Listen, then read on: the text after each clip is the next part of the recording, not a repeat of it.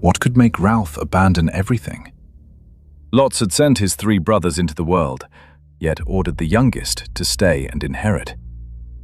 Ralph loved the river meadows and every sleeping face beneath the high roof.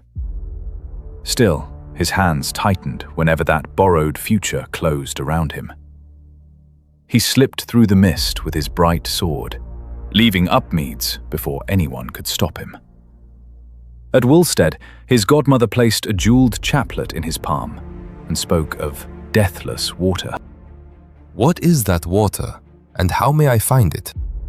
She named the well at the world's end, and his restless road finally found direction.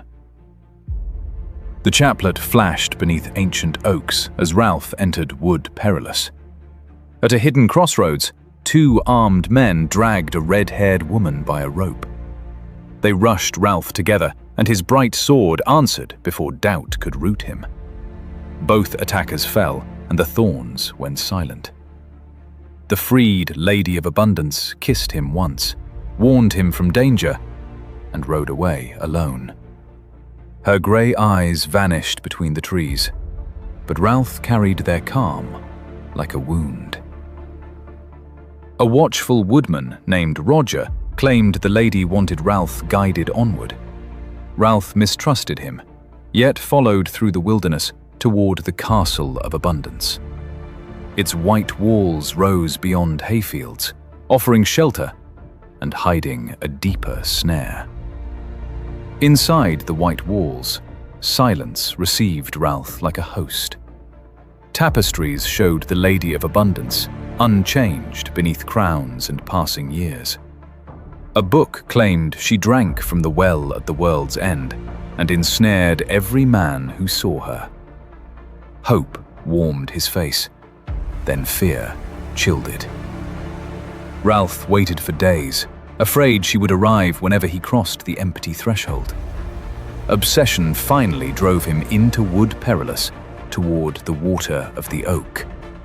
There, the Knight of the Sun stood over a fallen rival and threatened the lady. Ralph charged, but the giant knight hammered him senseless beside the still water.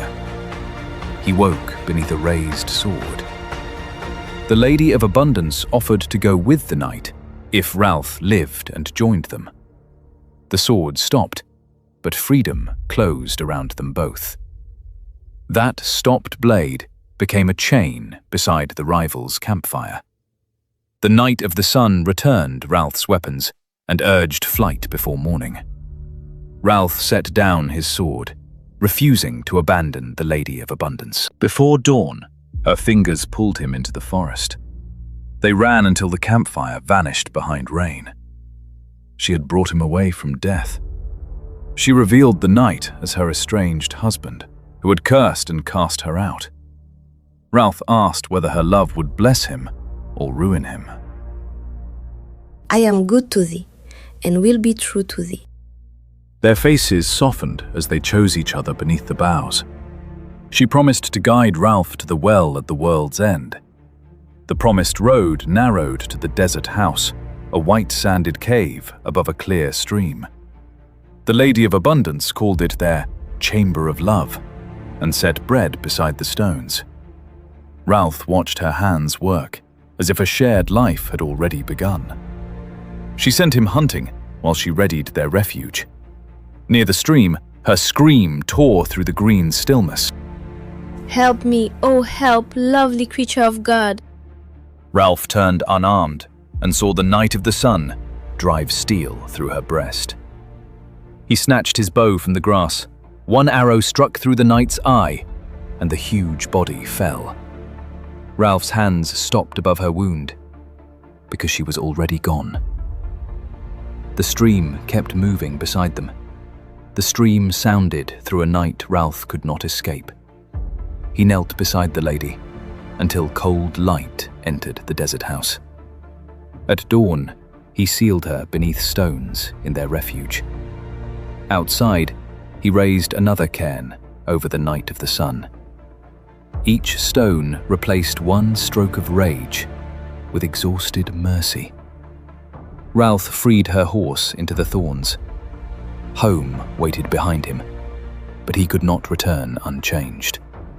Ahead lay the well at the world's end, the water she had promised to show him. Ralph walked from the wilderness carrying grief, while their last promise carried him forward.